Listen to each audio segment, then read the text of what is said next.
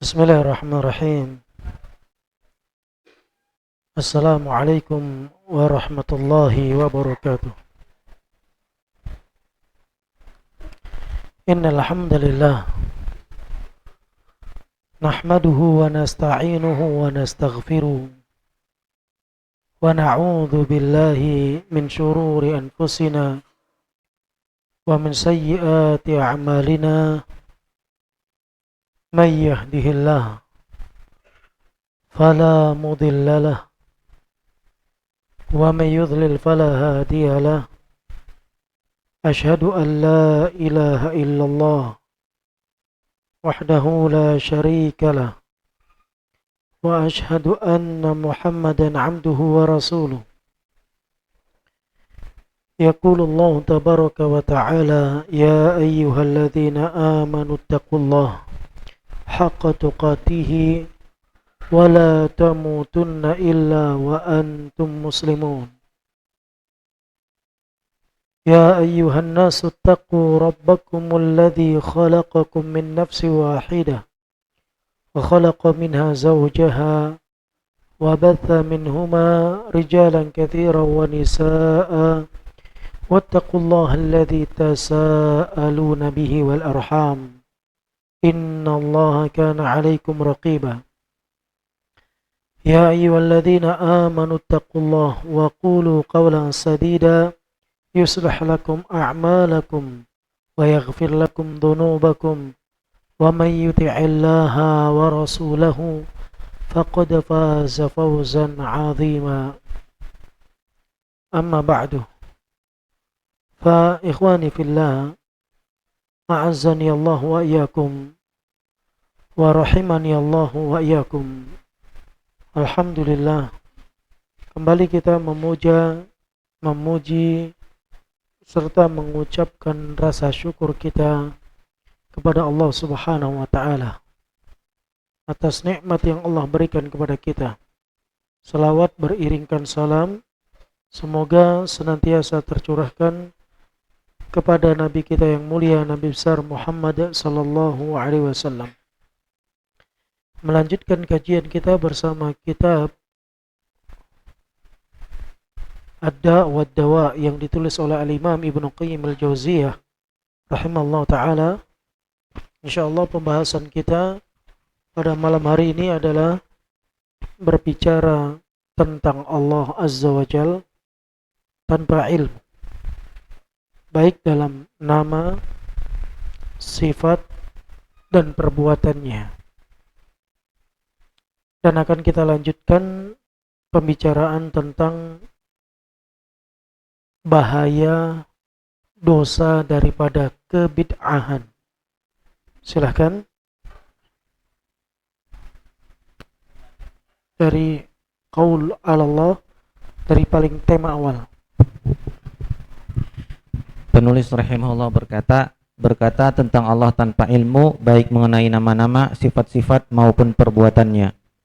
Termasuk perkara yang sangat merusak adalah berkata tentang Allah tanpa ilmu, baik mengenai nama-namanya, sifat-sifatnya maupun perbuatannya, serta menyifatinya dengan sifat-sifat yang berlawanan dengan apa yang dia sifatkan untuk dirinya dan apa yang disifatkan oleh Rasulnya sallallahu alaihi wasallam. Hal ini merupakan pertentangan dan penafian yang besar terhadap hikmah zat yang mempunyai kesempurnaan perintah dan ciptaan, sekaligus pelecehan terhadap rububiyah dan kekhususan Allah. Jika didasari oleh ilmu, maka hal ini merupakan pembangkangan yang lebih keji daripada syirik dan lebih besar dosanya di sisi Allah. Sungguh, orang musyrik yang mengakui sifat-sifat Allah masih lebih baik daripada para pembangkang yang meniadakan sifat-sifat kesempurnaannya. Seperti halnya seorang yang mengakui kerajaan seorang raja, seperti halnya seseorang yang mengakui kerajaan seorang raja tertentu dan tidak menentang kerajaannya serta sifat-sifat yang memang berhak disandang oleh raja itu, tetapi dia menjadikan seorang sekutu bagi raja tersebut dalam sejumlah perkara, tidak lain untuk mendekatkan diri kepadanya, masih lebih baik daripada seseorang yang menentang sifat-sifat raja sekaligus hal-hal yang membuatnya menjadi raja. Demikianlah yang dibenarkan fitrah dan akal. Berdasarkan penjelasan di atas, di manakah letak pelecehan dan pertentangan terhadap sifat-sifat kesempurnaan Allah dalam peribadahan yang menggunakan perantara antara hamba dan Allah, sementara hamba tersebut mendekatkan diri kepada Allah dengan perantara tersebut dengan alasan pengagungan dan pemuliaan kepada Allah? Penyakit ta'til atau penafian nama, sifat, dan perbuatan Allah merupakan penyakit kronis yang tidak ada obatnya. Oleh sebab itu Allah menceritakan kisah imam atau pemimpin sekte Mu'attilah atau penganut paham ta'til, yaitu Fir'aun, yang telah mengingkari kabar yang dibawa Nabi Musa, yakni bahwa Robnya berada di atas langit. Fir'aun berkata sebagaimana dikisahkan dalam Al-Quran, yang artinya, "Wahai Haman, buatkanlah untukku sebuah bangunan yang tinggi agar aku sampai ke pintu-pintu, yaitu pintu-pintu langit, agar aku dapat melihat ilah Musa, tetapi aku tetap memandangnya seorang pendusta." Surah Ghafir ayat 36-37. Syekh Abul Hasan Al-Asy'ari dalam sejumlah karyanya berhujjah dengan ayat di atas dalam membantah sekte Mu'attilah. Kami telah menyebutkan pula lafaz ucapan beliau selain pada pembahasan ini. Sesungguhnya berkata tentang Allah tanpa ilmu dan syirik merupakan dua perkara yang saling beriringan. Baik teman-teman sekalian, ini pembahasan kita di malam kemarin. Orang yang berbicara tentang Allah Subhanahu wa taala tanpa ilmu dengan kesyirikan adalah dua hal yang tak pernah terpisahkan. Karena dampak buruk dari bicara tentang Allah Subhanahu wa taala tanpa ilmu akan melahirkan kesyirikan. Makanya kesyirikan itu mutalaziman, senantiasa berdampingan dengan berbicara tentang Allah Subhanahu wa taala tanpa ilmu. Mengingat kebid'ahan adalah hal yang sangat menyesatkan. Ketidaktahuan dan kejahilan terhadap sifat-sifat Allah Subhanahu wa taala dan bentuk pendustaan terhadap apa yang Allah kabarkan tentang dirinya, terhadap apa yang Rasulullah kabarkan tentang dirinya, dan ini adalah bentuk pembangkangan yang dilakukan oleh seseorang karena kebodohan, maka kebid'ahan merupakan dosa yang paling besar di antara dosa-dosa besar. Walaupun dosa kebid'ahan tersebut tidak mencapai pada tingkatan kekufuran. Dan kita perlu ketahui bahwasanya bid'ah itu memiliki tingkatan. Kerusakan yang dilakukan oleh pelaku bid'ah sesuai dengan besaran level bid'ah yang dilakukan. Ada bid'ah yang sifatnya mufassaqah. Dengannya seseorang jatuh ke dalam dosa yang tidak sampai kepada kekufuran. Ada bid'ah yang sifatnya mukaffarah. Dengannya seseorang jatuh kepada kekufuran. Tentu levelnya berbeda-beda. Oleh karena itu, karena tingkatan level dosa bid'ah yang begitu beragam dan berbeda-beda, maka iblis lebih suka dengan bid'ah dibandingkan dengan maksiat. Dia lebih suka dengan bid'ah dibandingkan dengan kemaksiatan. Apa sebabnya? Di antara sebab terbesar, iblis menyukai kebid'ahan dibandingkan kemaksiatan. Walaupun kebid'ahan bagian daripada kemaksiatan. Kenapa iblis lebih cinta kebid'ahan daripada kemaksiatan? Walaupun kebid'ahan bagian daripada kemaksiatan. Setiap bid'ah pasti maksiat. Setiap maksiat belum tentu bid'ah. Contoh, berzina. Maksiat bukan? Bid'ah tidak? Tidak. Tapi ketika ada seseorang yang melakukan kebid'ahan, Apa itu bid'ah? Bid'ah diambil dari kata bada', sesuatu yang baru, yang sebelumnya tidak ada seorang pun yang mendahuluinya. Seperti firman Allah dalam surah Al-Baqarah ayat 117, ketika Allah menciptakan langit dan bumi. Kita tahu nggak ada yang menciptakan langit dan bumi sebelum Allah Azza wa Jalla. Karena dia yang pertama, dia pula yang terakhir. Allah katakan badi'us samawati wal ard. Dialah Allah yang pertama kali menciptakan langit dan bumi. Itu asal daripada kata bid'ah. Melakukan sesuatu yang tidak didahului oleh siapapun sebelumnya. Itu secara bahasa. Namun bid'ah ini apabila dijelaskan secara syariat, melakukan perkara-perkara syariat yang tidak pernah ada perintah tentangnya, tidak dituntunkan oleh Allah dan Rasulnya, maka itu disebut dengan kebid'ahan.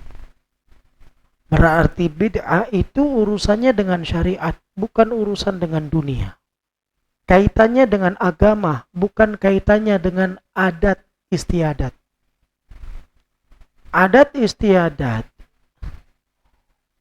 seorang boleh berkreasi padanya selama tidak melanggar syariat. Dalam agama kita adat dijaga. Bahkan para ulama usul mereka terjadi silang pendapat. Apakah adat bisa dijadikan dalil atau tidak? Sebagian diantaranya mengatakan adat dijadikan dalil. Sebagian yang lain mengatakan dalil hanya berhenti pada 4 hal. Al-Quran, Sunnah, kemudian qiyas yang sahih, dan ijma' para ulama. 3 hal disepakati, qiyas terjadi khilaf di antara mereka. Adapun adat istiadat di dalam usul fikih disebut dengan adatul muhakkamah. Adat yang menjadi hukum di dalam sebuah lingkungan tatanan masyarakat. Bahkan dalam agama bisa dijadikan hukum. Sebagian mereka mengatakan demikian. Makanya kalau ada seseorang datang ke kampung tertentu, kemudian dia membawa adat baru yang menyelisihi adat kampung tersebut, sementara adat itu, adat kampung tersebut, tidak menyelisihi hukum syariat, berarti orang itu telah melanggar hukum adat. Patut untuk ditegur, patut untuk dinasehati. Jangan merubah adat kebiasaan yang berlaku pada sebuah lingkungan masyarakat. Karena adat terjaga.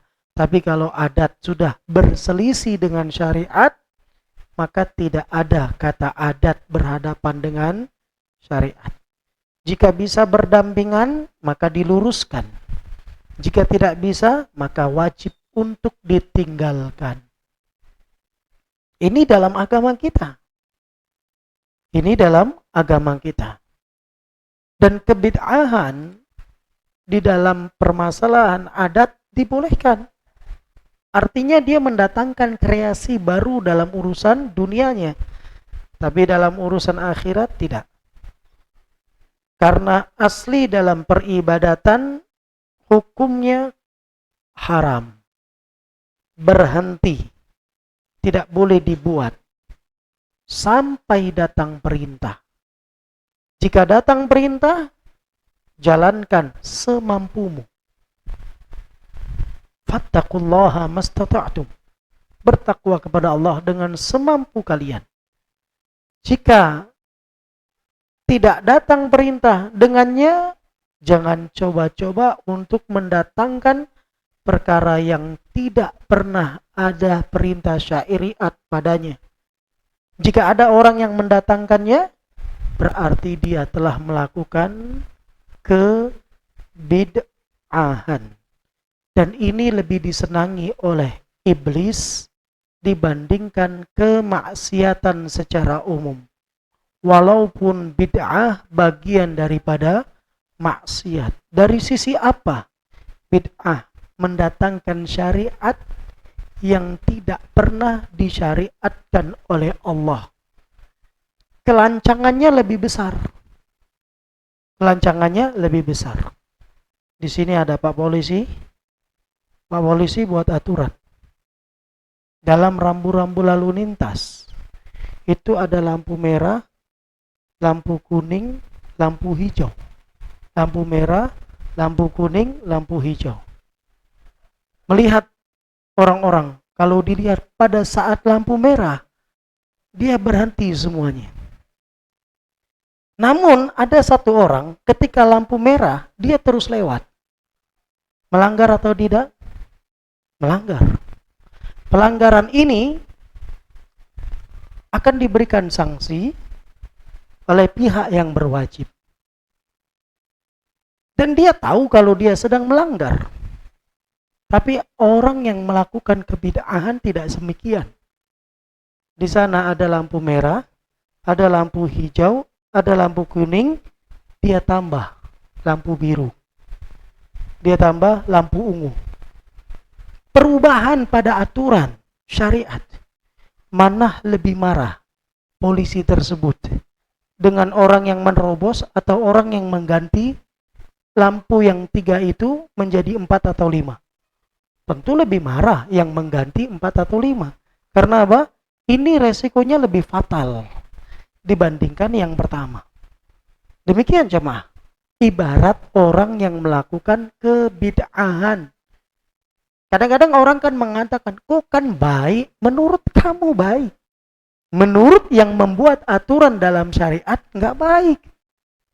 Walaupun kamu memandang kalau lampu itu ada 4 lebih bagus, lebih indah, lebih cantik.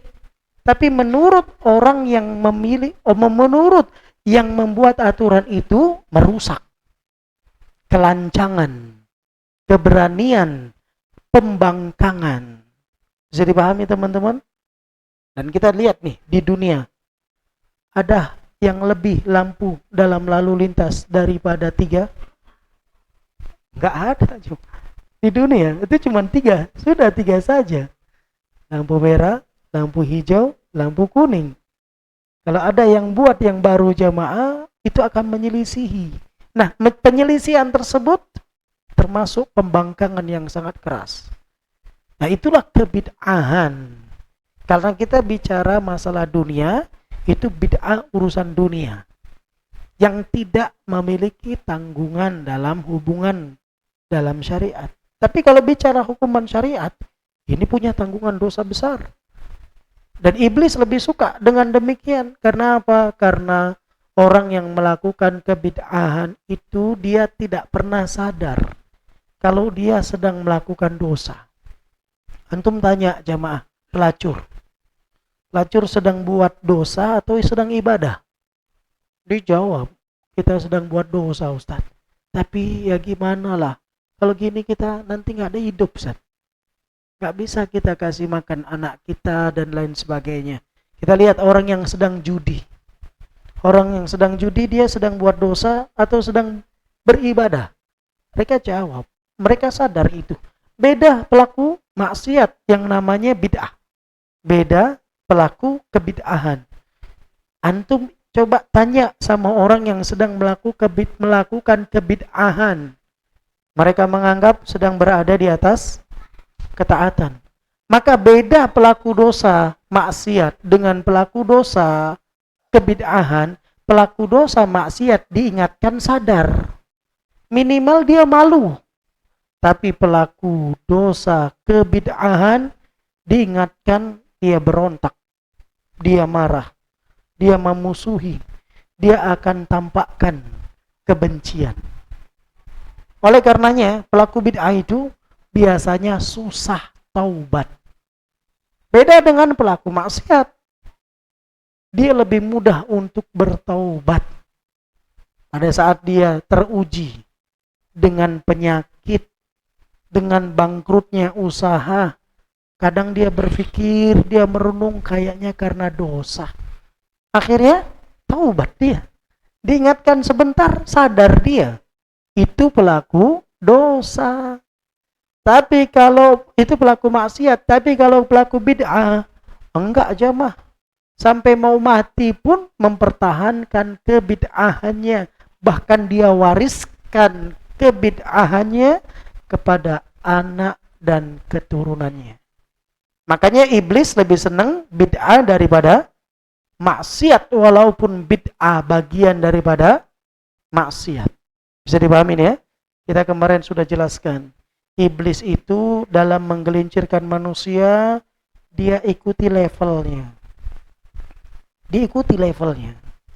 Dan iblis itu sudah melakukan penelitian yang panjang jemaah. Dari bapak kita Adam sampai sekarang, penelitiannya belum selesai. Panjang yang dilakukan oleh iblis. Bermacam karakter, ras, suku, bangsa manusia. Terus dia ikuti jemaah. Bagaimana karakter. Kalau ahli ibadah, kayaknya dia nggak bisa ini dibuat kafir. Kayak dia nggak bisa dibuat syirik. Oh, kayaknya dia nggak punya ilmu. Disesatkan dengan kebid'ahan. Kayak gitu jemaah. Oh, ini orang berilmu. Kayaknya susah dia. Kalau digelincirkan untuk kekafiran, payah dia berilmu. Kalau digelincirkan untuk kesyirikan, dia punya ilmu, susah. Kalau dimasukkan ke bid'ahan, nggak bisa juga. Kayaknya lewat syahwat. Pintu syahwat lebih mudah bagi orang yang berilmu. Dibuat nih, ya, dibuka pintu syahwat. Syahwat dengan harta, syahwat dengan tahta, syahwat dengan wanita, dan lain sebagainya. Dia tahu nih, ini orang ngaji nih, ini orang belajar nih. Dia ngajinya sunnah. Kalau diajak ke bid'ah, mau antum? Nggak mau. Tapi iblis tahu ya mah. Iblis tahu. Kayaknya orang-orang yang di sini ini nggak cocok diajak ke bid'ah. Nggak mau. Jadi, oh kita buka pintu maksiat yang lain. Dengan apa? Syahwat. Dengan syahwat. Kalau yang besar nggak bisa, kita kasih dulu level yang kecil. Sampai terus berkesinambungan di atas level yang kecil, sudah merasa nyaman, naikkan level yang lebih besar. Terus demikian jemaah. Kalau nggak bisa juga dengan itu, maka digoda lewat pintu ketaatannya. Jemaah, ketaatan itu bisa digoda. Ketaatan bisa digoda. Makanya kita lihat kadang-kadang ada orang jemaah sibuk dengan yang mafdul dibandingkan yang afdol. Mafdul tidak utama. Afdol lebih utama. Dia sibuk dengan yang mafdul dibandingkan yang afdol. Contoh ya. Kalau bagi bapak-bapak contohnya misalnya. Kalau misalnya kita lihat sholat qabliyah subuh itu kan sunnah. Sholat subuh itu kan wajib. Kadang-kadang ada orang iqamah sudah ditegakkan, sholat qabliyah dilanjutkan. Padahal kewajiban dia saat itu idrok takbiratul ihram. Dia bisa dapat takbiratul ihram. Kewajiban dia saat itu. Coba pada saat iqamah sudah berkumandang. Kemudian kita masih di rumah.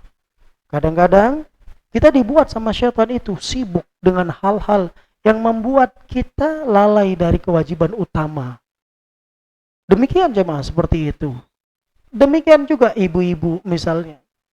Mereka punya kewajiban besar dalam mentaati suami. Kadang-kadang dia lebih mendahulukan orang lain daripada suaminya. Suaminya panggil, "Dek, coba buatkan teh manis abang dulu." Adiknya masih main WA. Buka lagi. Asyik dengan WhatsApp-nya. Asik dengan Telegramnya. Asik dengan Instagramnya.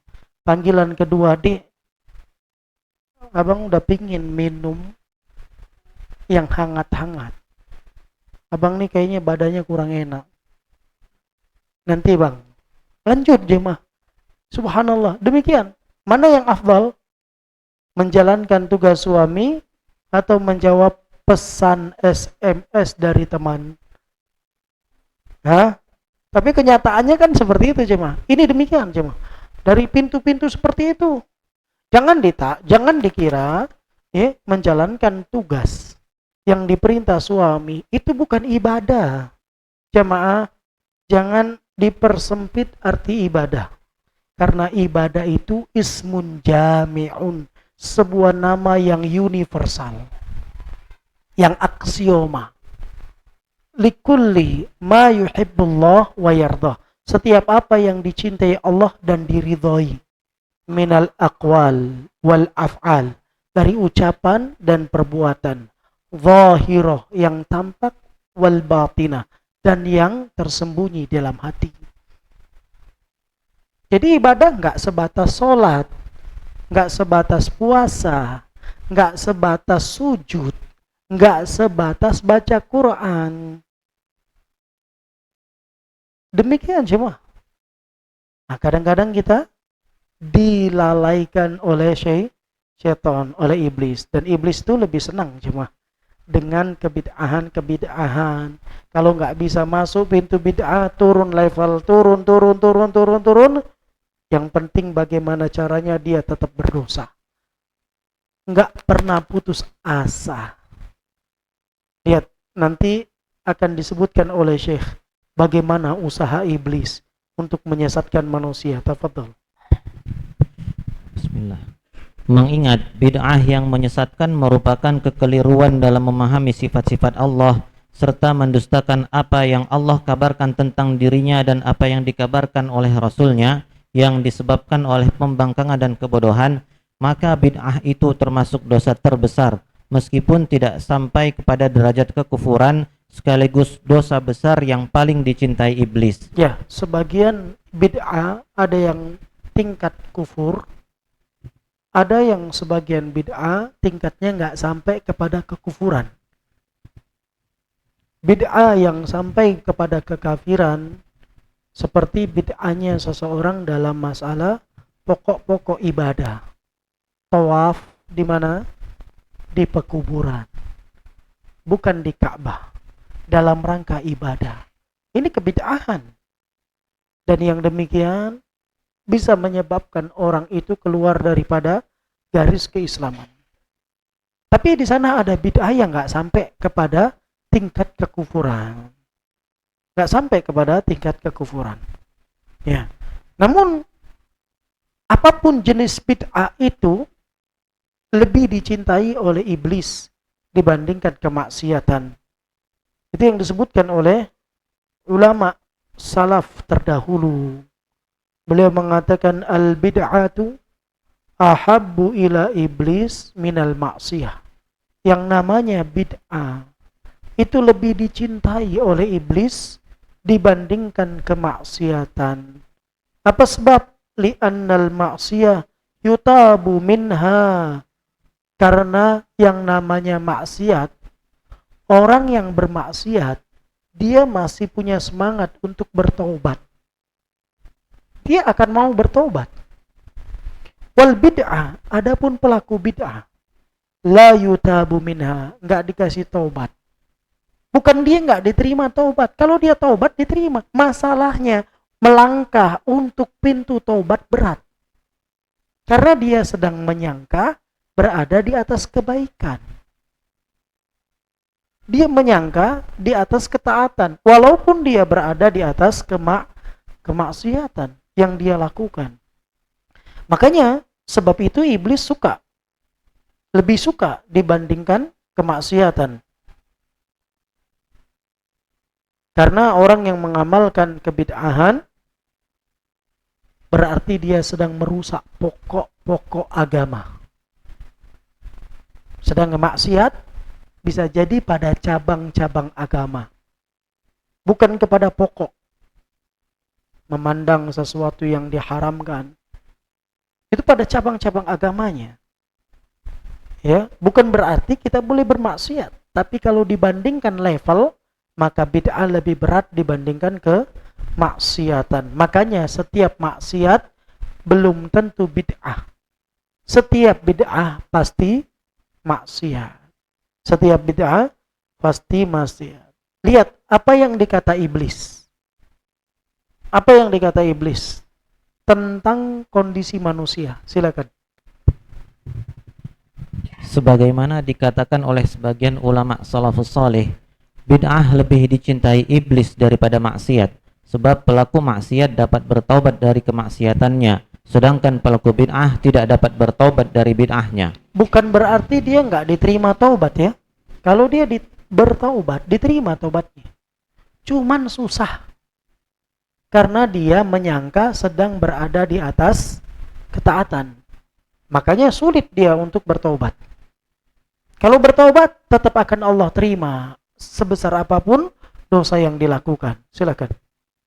Iblis berkata, Bagaimana ungkapan iblis menceritakan tentang keadaan dirinya dan keadaan anak cucu Adam. Silakan.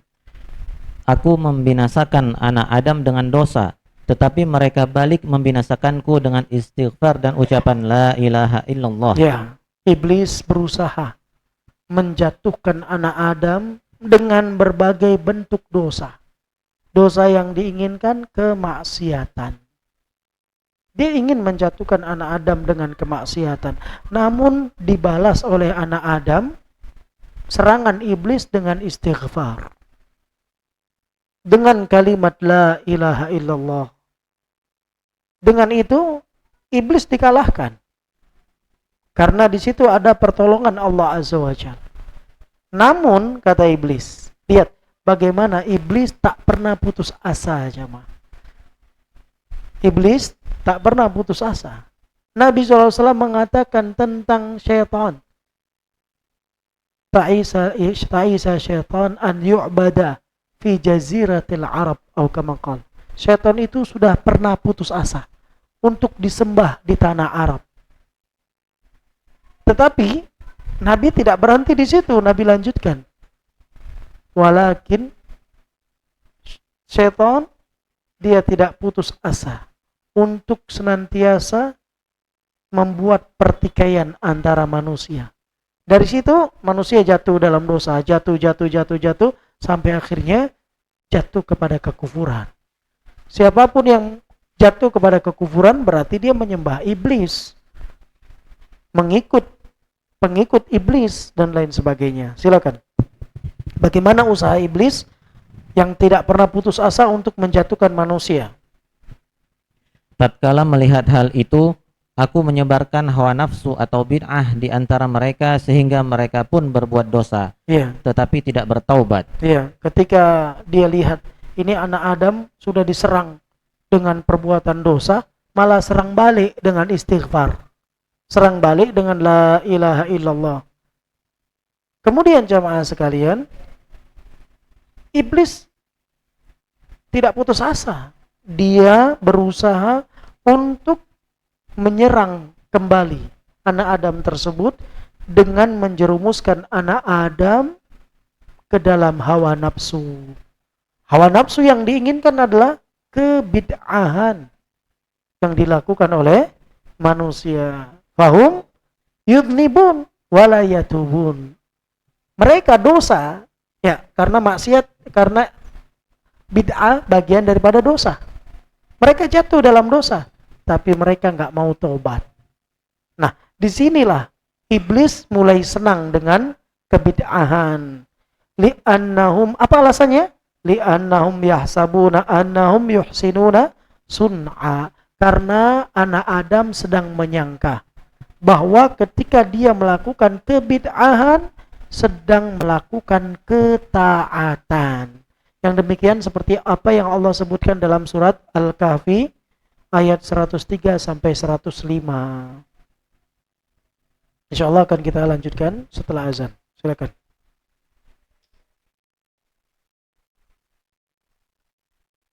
Sudah azan kan? Itu suara? Hah? Jamnya sini belum? Ya udah. Berapa menit lagi? Kalau 2 menit berharga, kita lanjutkan. Baik. Jamaah. Jadi Kenapa iblis itu lebih senang bid'ah? Karena iblis tahu bahwasanya manusia itu ketika melakukan kebid'ahan dia tidak merasa sedang melakukan dosa. Di dalam surah Al-Kahfi ayat 103, silakan.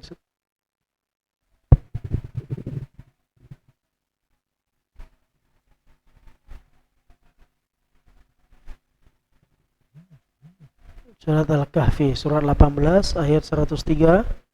Silakan. Ya. Sudah ketemu? Silakan.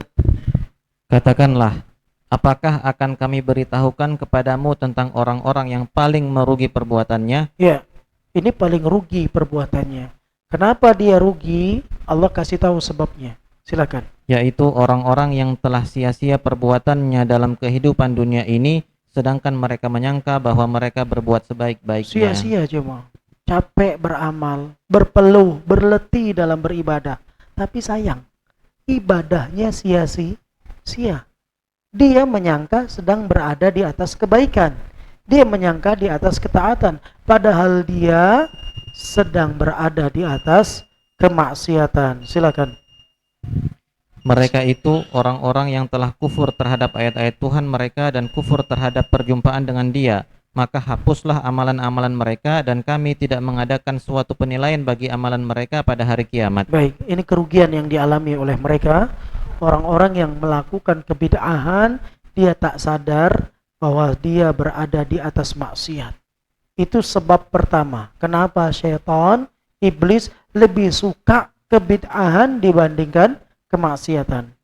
Insya Allah akan kita baca selanjutnya sebab-sebab berikut tentang sebab setan lebih suka bid'ah daripada maksiat. Silakan azan terlebih dahulu. Baik jemaah, kita lanjutkan. Bismillah, salatu wassalamu ala rasulillah, amma ba'd.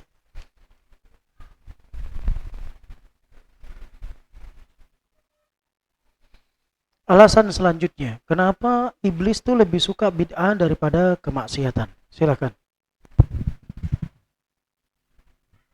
Iblis berkata, aku membinasakan anak Adam dengan dosa, tetapi mereka balik membinasakanku dengan istighfar dan ucapan la ilaha illallah. Tatkala melihat hal itu, aku menyebarkan hawa nafsu atau bid'ah di antara mereka sehingga mereka pun berbuat dosa, tetapi tidak bertaubat. Mereka menyangka telah berbuat kebaikan. Telah diketahui bahwa mudarat bagi pelaku dosa hanyalah mengenai dirinya sendiri. Berbeda dengan ahlul bid'ah, mudaratnya menimpa khalayak ramai. Ya, dia cuma bid'ah itu susah dilakukan sendiri. Kalau maksiat bisa nggak? Sangat mudah. Orang pingin tengget, tinggal ke warung beli dia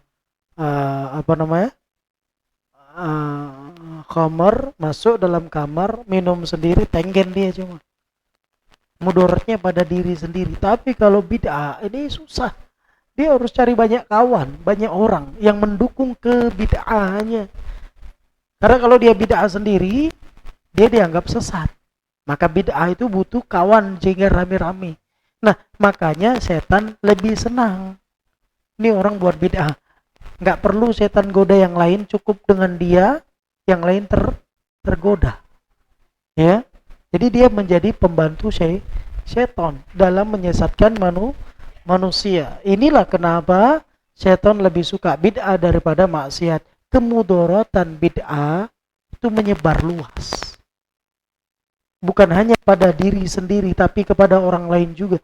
Sedangkan kemudaratan maksiat hanya kepada individu. Silahkan. Sebab selanjutnya. Fitnah ahlul bid'ah terkait dengan pokok agama, sedangkan fitnah pelaku dosa hanya terkait dengan syahwat. Biasanya fitnah yang menimpa pelaku kebid'ahan pada pokok agama, pada akidah, pada ibadah, pada pokok agama biasanya. Sedangkan fitnah yang menimpa pada pelaku dosa itu pada syahwat, bukan pada pokok agama. Walaupun kedua-duanya tidak baik, tapi yang lebih parah kebid'ahan. Orang yang melakukan kebid'ahan, dia merubah agama, menambah dan menguranginya. Itu melakukan kebid'ahan. Sedangkan maksiat, dia hanya melakukan kemaksiatan, melakukan pelanggaran tanpa adanya perubahan. Dia melakukan pelanggaran tanpa ada perubahan. Seperti orang yang menerobos lampu merah. Dia hanya melakukan pelanggaran, tapi dia nggak merubah aturan. Sedangkan kebid'ahan, dia melakukan pelanggaran plus merubah aturan. Baik, selanjutnya. Ahli bid'ah duduk mengintai manusia di atas jalan Allah yang lurus dan menghalangi mereka dari jalan tersebut. Sedangkan pelaku dosa tidak demikian kondisinya. Iya, kalau pelaku bid'ah biasanya dia intai orang lain untuk diajak terus disesatkan manusia dari jalan Allah, dari jalan yang lurus. Sedangkan pelaku maksiat tidak. Dia fokus pada dirinya sendiri dalam menikmati kemaksiatan yang dia lakukan.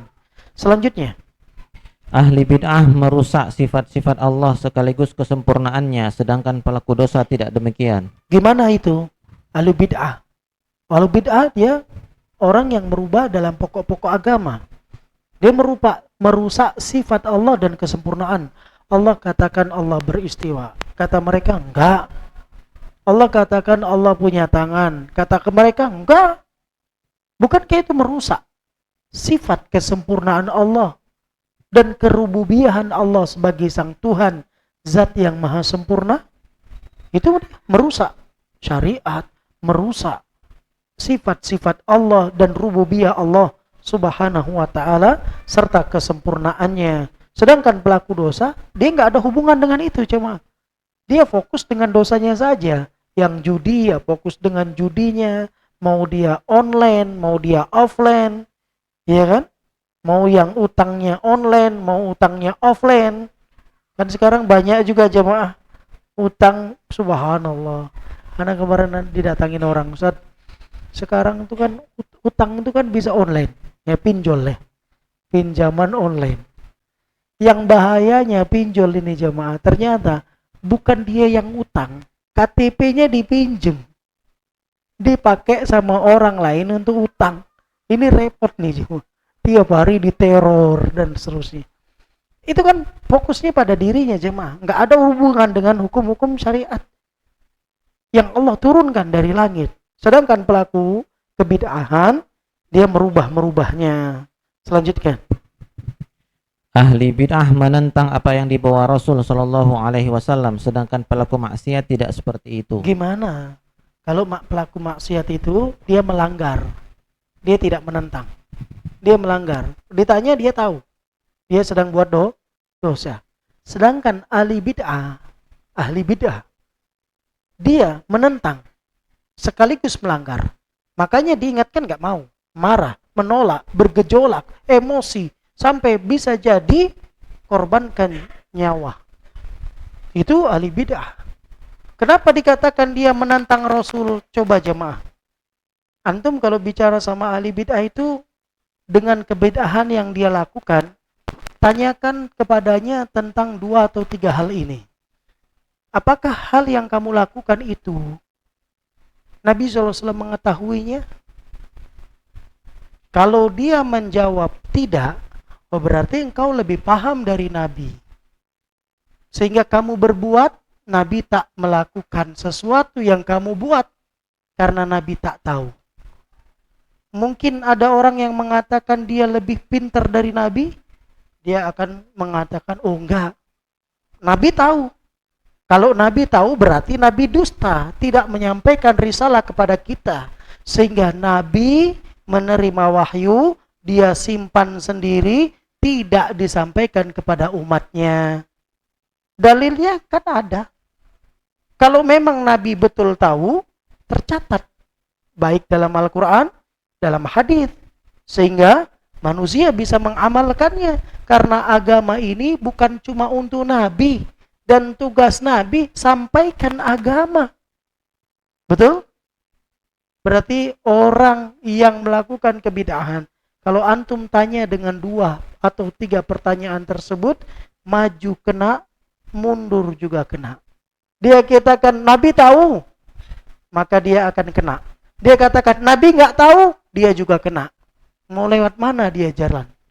Nggak ada jalan lain jemaah, kecuali dia harus bertaubat kepada Allah Azza wa Jalla.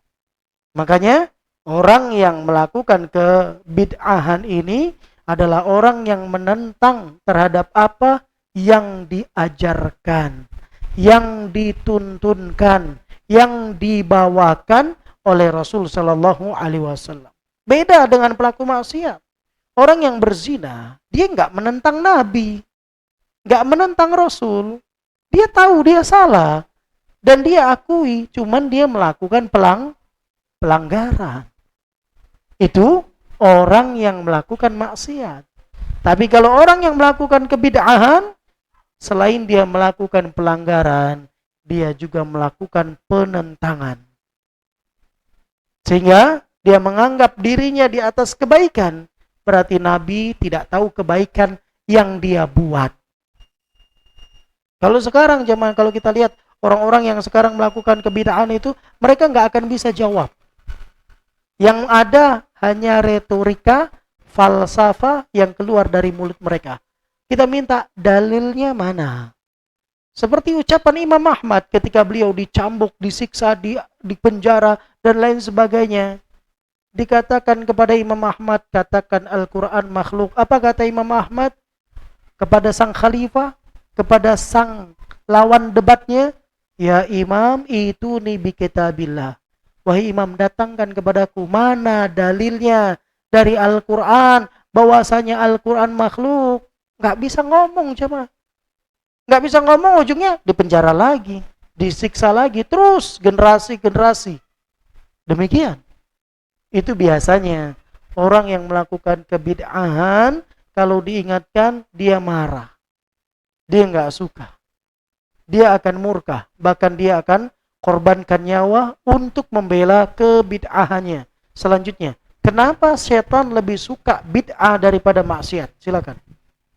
Ahli bid'ah memutuskan jalan akhirat atas manusia, sementara pelaku maksiat hanya melambatkan jalan menuju akhirat disebabkan dosa-dosanya. Ya jemaah, orang kalau melakukan kebid'ahan, jalan menuju akhirat terputus baginya.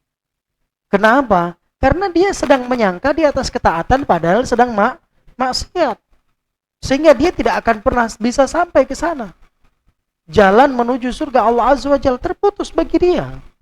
Sampai dia mau kembali taubat kepada Allah Azza wa Jalla. Beda halnya dengan pelaku dosa dan maksiat.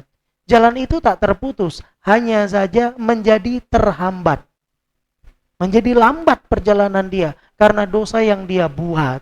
Semangat ibadahnya kurang. Antum lihat pelaku maksiat, semangat ibadahnya semangat atau tidak? Kurang jemaah. Semakin besar maksiat yang dia buat, semangat ibadah semakin kurang. Makanya ada orang yang sudah siapkan air untuk persiapan tahajud nanti malam. Kemudian dia bangun, tapi dia nggak juga tahajud. Atau dia nggak bangun sampai subuh. Airnya tidak disentuh. Sehingga bertanya kepada Imam Al-Hasan Al-Basri, wahai Imam, ini kenapa saya berat untuk melakukan ketaatan? Kenapa saya berat untuk tahajud malam? Jawabnya Imam cuma satu, sakulatka dunubuka. Yang buat kamu berat itu dosamu. Kamu terhambat, kamu terbelenggu dengan dosa itu. Ini maksiat yang dibuat. Beda halnya dengan kebid'ahan. Kalau bid'ah, dia semangat, tapi dia nggak tahu yang dia semangati itu adalah dosa, bukan di atas ketaatan. Sebuah kisah sebagai penutup, insya Allah kisah ini dibawakan oleh Syekh Abdul Razak bin Abdul Muhsin Al-Badr. Beliau mengatakan, diriwayatkan dalam sebuah kisah yang sangat terkenal dari Imam Ad-Darimi di dalam kisahnya, di dalam kitabnya, di dalam kitab sunnahnya, dengan sanad yang hasan dari Amr bin Salama Al-Hamadani.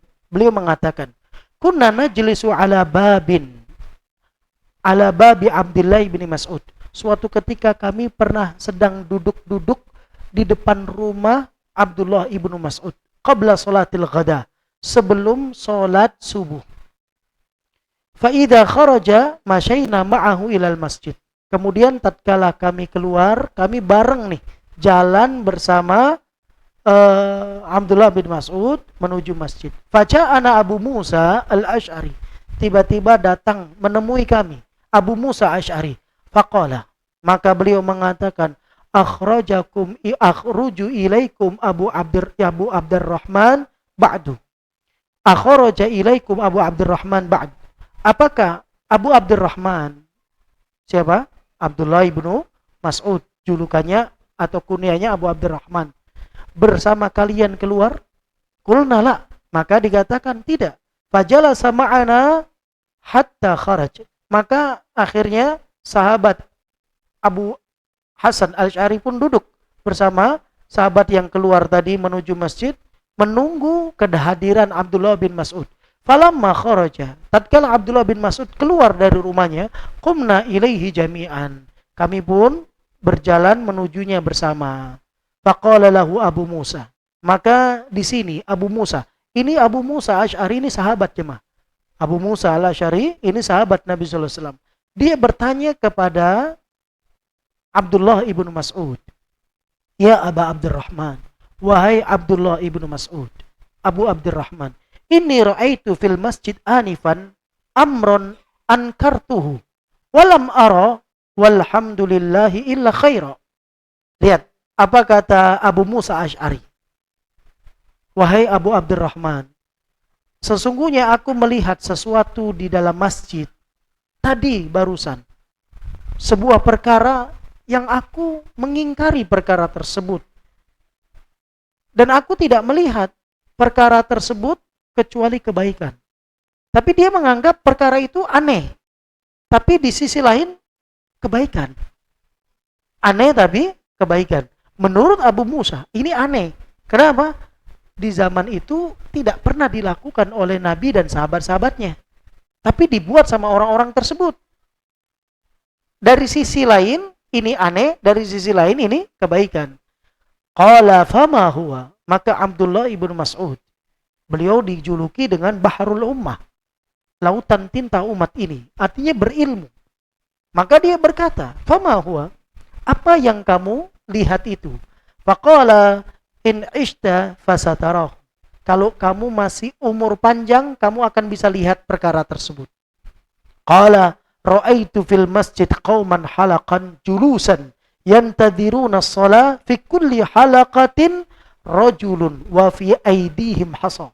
Kata Abu Musa Al-Asy'ari, aku melihat dalam sebuah masjid ada sekelompok manusia.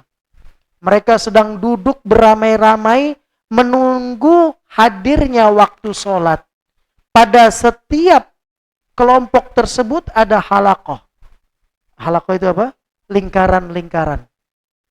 Dan setiap lingkaran itu ada kumpulan manusia-manusia, di tangan mereka itu ada batu-batu kecil, kerikil-kerikil kecil.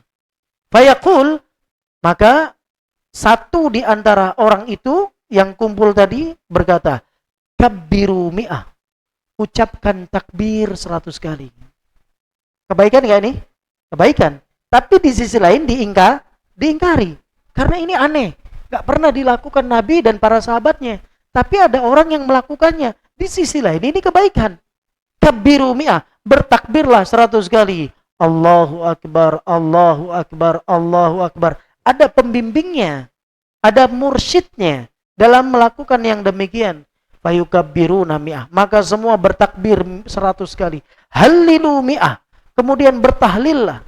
La ilaha illallah, la ilaha illallah, la ilaha illallah 100 kali. Maka semua ikut bertahlil 100 kali. Sabbihu mi'ah, bertasbihlah 100 kali. Maka semua bertasbih 100 kali.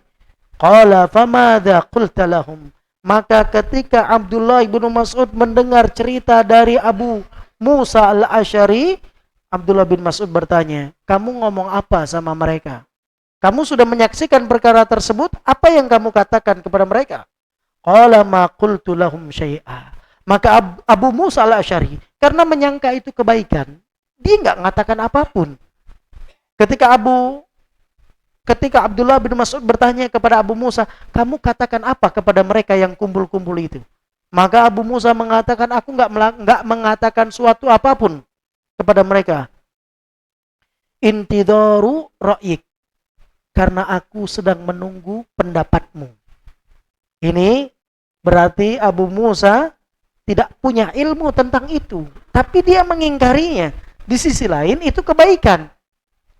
Maka dia meminta fatwa kepada Abdullah ibnu Mas'ud. Menunggu pendapatnya. Qala afala amartahum an ya'uddu sayyi'atihim. Kata Abdullah bin Mas'ud, kenapa kamu nggak suruh mereka untuk menghitung dosa mereka saja? Muhasabah diri. Padahal tasbih kebaikan tidak? Tahlil kebaikan tidak? Takbir kebaikan tidak? Ini kebaikan. Tapi kata Abdullah bin Mas'ud, kenapa kamu nggak perintahkan wahai Abu Musa al-Asy'ari kepada mereka untuk menghitung dosa-dosa mereka saja? Wa dominta lahum alla yadi'a min hasanatihim, dan kamu jamin kepada mereka Allah nggak akan hilangkan pahala yang mereka pernah buat. Tsumma madha. Akhirnya Abdullah bin Mas'ud pun pergi. Wa madayna ma'ahu, dan kami pun ikut bersama Abdullah bin Mas'ud. Hatta ata halaqatan min tilkal halaqah. Sampai kami ke masjid tersebut, kami mendatangi orang yang kumpul-kumpul tadi. Fawaqafa alaihim. Maka Abdullah bin Mas'ud pun berhenti di hadapan mereka. Faqal. Lihat apa kata Abdullah bin Mas'ud kepada mereka. Ma hadzal ladzi arakum tasna'un. Kalian ini sedang ngapain? Kalian sedang buat apa? Qalu ya Aba Abdullah. Dia mengatakan, kumpulan yang tadi duduk di masjid. Ingat jemaah, bukan di kuburan. Di mana? Di masjid. Bukan tempat pelacuran, di masjid. Bukan sedang main gaplek, sedang main catur, bukan. Sedang bertahlil, bertasbih, bertakbir. Coba ya. Sekarang Abdullah bin Mas'ud berkata, kalian buat apa? Maka orang itu mengatakan, wahai Abu Abdullah. Wahai Abu Abdullah. Wahai Abu Abdullah. Maksudnya Abdullah bin Mas'ud. Hasa na'uddu bihi takbir wa tahlil wa tasbih. Ini ada kerikil. Dengan kerikil-kerikil ini kita hitung jumlah bilangan tasbih, takbir, tahlil. Maka kata Abdullah bin Mas'ud, fa'uddu sayyi'atikum. Kenapa kalian enggak hitung saja dosa kalian? Fa'ana dhaminun alla yadhi'a min hasanatikum syai'un. Aku janji, menjamin Allah enggak akan hapuskan kebaikan-kebaikan kalian sedikit pun. Wa yahkumu ya amata Muhammad. Wa yahkum ya amata Muhammad. Kata Abdullah bin Mas'ud, celaka kalian, wahai umatnya Muhammad. Karena mereka bagian daripada umat Nabi.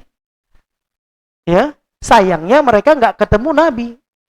Abu Musa al-Asy'ari, Abdullah bin Mas'ud bertemu dengan Nabi tidak? Tapi mereka masih kecil. Ini sahabat-sahabat Nabi yang kecil, tapi mereka sempat bertemu dengan Nabi Shallallahu Alaihi Wasallam. Berarti generasi yang tadi, yang mereka kumpul-kumpul di masjid, tidak bertemu dengan Nabi. Sehingga mereka mengatakan, wahai Abdullah bin Mas'ud, kami ini sedang menghitung takbir, tahlil, tasbih. Kata Abdullah bin Mas'ud, kenapa kalian nggak hitung dosa kalian saja? Aku jamin Allah nggak akan hapus dosa pahala-pahala kalian dengan kalian menghitung dosa kalian. Akhirnya Abdullah bin Mas'ud marah dan berkata, waihakum ya ummata Muhammad, celaka kalian, wahai umatnya Muhammad, ma asra'a halakatkum. Sungguh cepat hawa nafsu membinasakan kalian. Haula, mereka, sahabatu nabiyikum, sahabat-sahabat nabi kalian, mutawafirun, masih pada hidup, masih banyak. Padahal nih Abdullah bin Mas'ud sahabat Nabi atau bukan? Sahabat Nabi. Tapi beliau tidak mau mengatakan dirinya. Itu loh sahabat-sahabat Nabi, semua masih hidup. Wa hadhihi thiyabuhu lam tubal. Ini baju Nabi, baju peninggalan Nabi sallallahu alaihi wasallam. Ini belum usang, masih ada. Wa aniyatuhu lam tuksar. Bejana yang pernah dipakai untuk menampung air, untuk menampung makanan Nabi, itu belum hancur. Walladzi nafsi biyadih, kata Abdullah bin Mas'ud, demi jiwa demi zat yang jiwaku berada di tangannya, innakum la'ala millati hiya ahwa min millati ahda min millati Muhammadin. Innakum la'ala millati hiya ahda min millati Muhammadin au muftatihuna baba dhalala. Maka Abdullah bin Mas'ud bersumpah, demi Allah, sekarang saya mau tanya, kalian itu sedang berada di atas petunjuk Nabi atau kalian sedang membuka pintu kesesatan? Jemaah, sekarang mereka di masjid, tahlil, tahmid, takbir, tasbih. Ditanya oleh Abdullah bin Mas'ud, demi Allah, sekarang kalian sedang berada di atas kesesatan atau berada di atas petunjuk Nabi SAW? Maka mereka menjawab, lihat pelaku bid'ah mengatakan, wallahi ya Aba Abdurrahman, demi Allah wahai ayahnya Abdurrahman, Abdullah bin Mas'ud, ma aradna illal khaira. Kami ini buat kayak gini, walau nggak diajari Nabi, nggak dipraktekkan Nabi, nggak diajari sahabat, nggak dipraktekkan sahabat, kami buat ini nggak punya keinginan kecuali kebaikan. Niatnya apa? Baik.